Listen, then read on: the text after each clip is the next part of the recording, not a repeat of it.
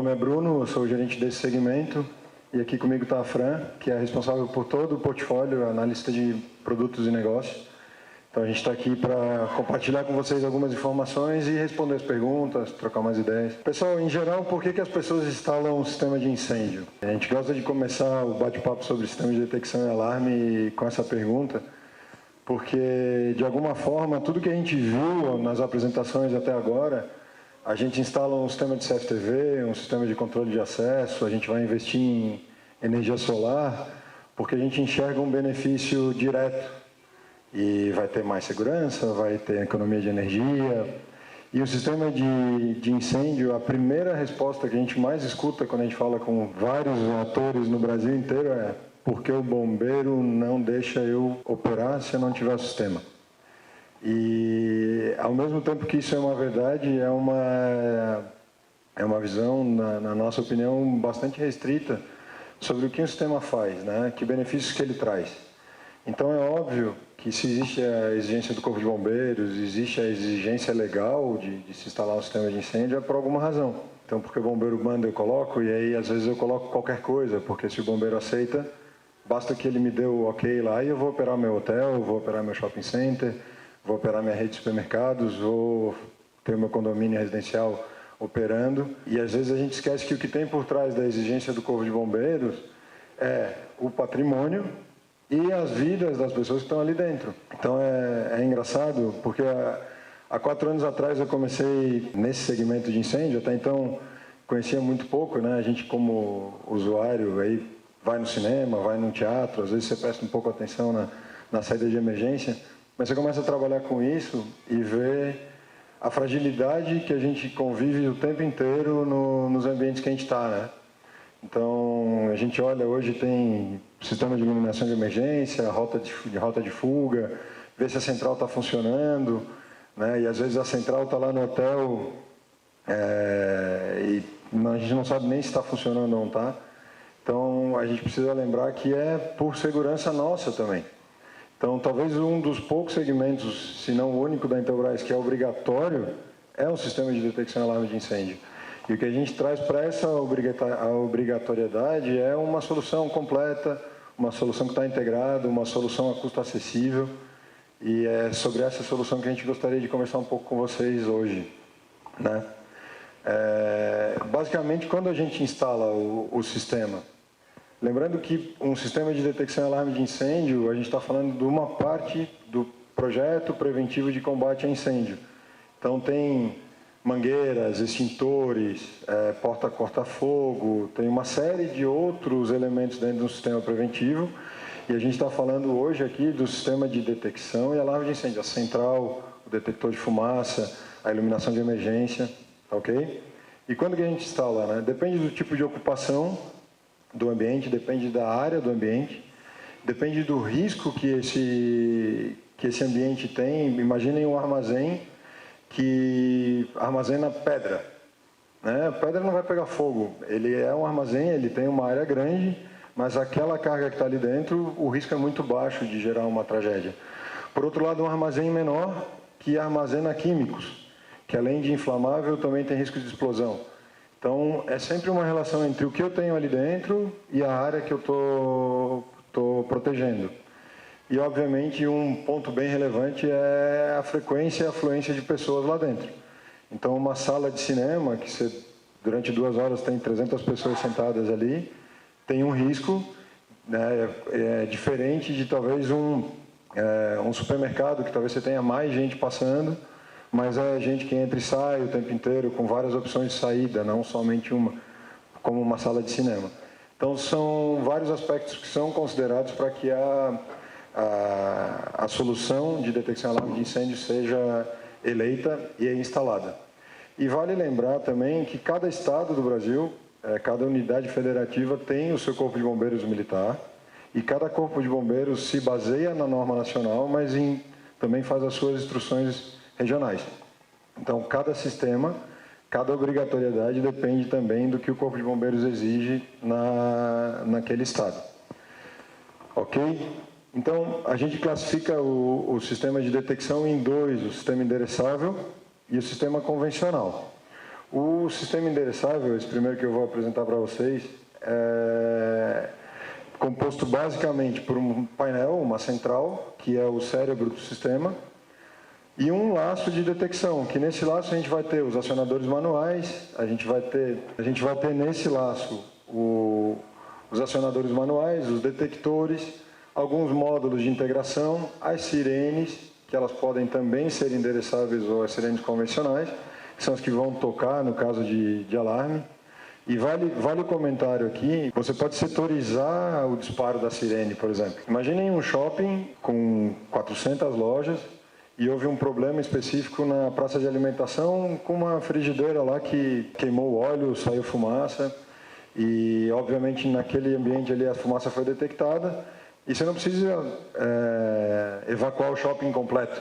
Você não precisa disparar uma sirene geral. Você pode disparar uma sirene para a brigada, primeiro fazer a análise do sistema, do que está acontecendo no ambiente, para daí depois decidir se eu vou fazer um alarme geral ou simplesmente vou dar o combate ali e o shopping continua operando tranquilamente, talvez com uma restrição, né, evacuação de uma área menor e uma restrição de acesso àquela área que estava com problema.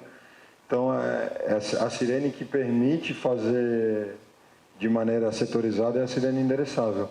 E a diferença principal de um sistema endereçável é que o ponto de detecção, o ponto que foi alarmado, vai ser informado diretamente na central. Então, se de alguma forma a gente requer um pouco mais de controle do ambiente, é uma solução endereçável que a gente vai usar. Ok? Aqui a gente apresenta rapidamente o portfólio, mas o sistema vai de poucos pontos até 500 pontos de detecção. Vale a pena lembrar que o sistema pode ser interligado, então a gente pode interligar até 16 centrais de 500 pontos. Então a gente pode chegar num sistema de detecção até 8.000 pontos de detecção. É um sistema bastante grande, né? Até é difícil a gente ver um sistema tão amplo, mas a gente tem sistemas com 3.000 pontos. Eu acho que vale ressaltar a forma de interligação também, né? Que hoje é através de cabo Ethernet. Então é simples de fazer, tu bota no roteador, tu interliga todo o sistema, ou através de fibra, ou roteador, a gente consegue interligar hoje já com as soluções práticas que tem no mercado também. Ou rádio, então a gente consegue atender vários projetos, desde pequeno porte a grande porte, com esses 3 modelos de centrais. O pessoal de energia comentou do off-grid, dos rádios para instalar câmeras, por exemplo, né? E uma solução grande em agronegócio, por exemplo, é a central interligada por rádio em fazendas de grande tamanho, que você não vai cabear a fazenda inteira. Então você passa a controlar essas áreas também via rádio, né? Então esse é o portfólio, por isso a limitação em uma única caixa de 500 pontos, mas você pode fazer interligação até 16 dessas caixinhas, chegando a 8.000 pontos, né? E o que eu vinha comentando com vocês antes a respeito do sistema, então a gente pode ter detecção de fumaça, detecção de temperatura. Imaginem a aplicação numa garagem, por exemplo, onde eventualmente passa algum veículo com o escapamento lá com algum problema. Se a gente fizer a detecção de fumaça numa garagem, provavelmente a gente vai ter uma incidência de disparo em falso grande. Então a gente usa o detector de temperatura. Ou áreas com muito nível de poeira, então varia entre o detector pontual de fumaça e o detector pontual de temperatura. Os acionadores manuais, aquelas caixinhas que o pessoal às vezes chama de botoeira, botão de pânico, também temos com uma sirene embutida ou somente a caixinha. Todos os módulos de integração, então o módulo de entrada e o módulo de entrada e saída, esses módulos nos permitem interligar com outros sistemas. Então, por exemplo, o pessoal de controle de acesso, que faz liberação de portas, acessos. Então, a gente pode ligar uma controladora dentro de um módulo desse e a própria central fazer a autorização e liberação via a controladora com uma entrada de informação, se assim a gente julgar necessário, né? A gente pode armar o sistema e integrá-lo como o projetista achar mais adequado. O comentário da sirene que eu fiz para fazer setorização de aviso, né? E como complemento, lembrando que um sistema precisa operar de forma independente à rede elétrica. Então, numa eventualidade de um sinistro de incêndio, né? Uma das primeiras providências a serem tomadas é cortar a energia. Você imagina que esse sistema que está fazendo a gestão do pânico, do sinistro, se eu desligar a energia, ele precisa continuar operando, né? Então, ele já vem com as baterias inclusas e a gente tem fontes auxiliares para que o sistema, dependendo do tamanho dele, se mantenha operando de acordo com a norma, né? Em alarme por tanto tempo e em stand-by por até 24 horas. E a repetidora, porque às vezes a gente tem a central pontual lá mais próxima ao laço de detecção e uma guarita recebendo a informação e monitorando o que está acontecendo. Então, o nosso painel repetidor é um espelho do que a central está mostrando. Então, facilita bastante para centralizar o monitoramento, por exemplo, né? Vale lembrar que todo esse sistema trabalha a partir de regras, trabalha a partir das definições do projetista a respeito daquele sistema. E essas regras são colocadas no sistema através de um software programador, que é gratuito, desenvolvido pela gente, disponível na internet. Quem tiver curiosidade de ver, entra no site da Intelbras, descarrega o programador. É bastante simples de operar. A nossa ideia aqui é justamente facilitar o uso por parte dos usuários finais. Então, com 3 níveis de senha, a central funciona. Uma única senha dá acesso à programação da central, lógico, por questões de segurança, né? Mas o programador está disponível, você define as zonas, define as regras, e aí vai trabalhando o teu sistema. Então, eu vi pessoal de hospital, né? Por exemplo, recentemente a gente teve uma conversa em uma ala do hospital que o acionador manual precisava ser confirmado para evitar disparo em falso, disparo acidental, vamos chamar entre aspas, né? Então, alguém que quer gerar algum tumulto de disparar a central, então ele precisava que um acionador acionado manualmente ou fosse confirmado por outro acionador ou por um detector pontual de fumaça. Esse tipo de regra é definido pelo projetista, pela equipe de segurança do ambiente daquele hospital e é programado aqui no nosso programador CIE, que está disponível sem custo. Bruno, só aproveitando a questão do software, eu acho que como a gente está falando com o público final, é legal a gente reforçar o que a gente vai estar lançando no final do ano, né? Sim, e sim. A questão é que a gente, no final do ano, a gente vai estar dando mais flexibilidade para o nosso sistema, porque a gente vai estar lançando operação e configuração remota. Então, caso vocês tenham uma planta instalada, querem monitorar, caso tenha um sinistro, a gente consegue fazer essa operação remotamente através do nosso programador PC, e a gente também vai estar lançando o nosso Modbus, que a gente vai possibilitar integrar os nossos sistemas com as plataformas de monitoramento que já tem no mercado. Então, tanto os nossos softwares existentes em Intelbras, a gente vai estar integrando, vai estar disponibilizando, mas para o software que também já tem no mercado, a gente vai conseguir fazer essa integração com o sistema para segurança, para monitoramento. Então, a gente vai possibilitar isso a partir do início do ano que vem. Ok. Esse slide que está aí já é uma parceria, uma necessidade que a gente viu ao longo dos últimos anos, que o mercado brasileiro de detecção e alarme de incêndio é um mercado que existe uma norma, mas não existe uma exigência de certificação nessa norma.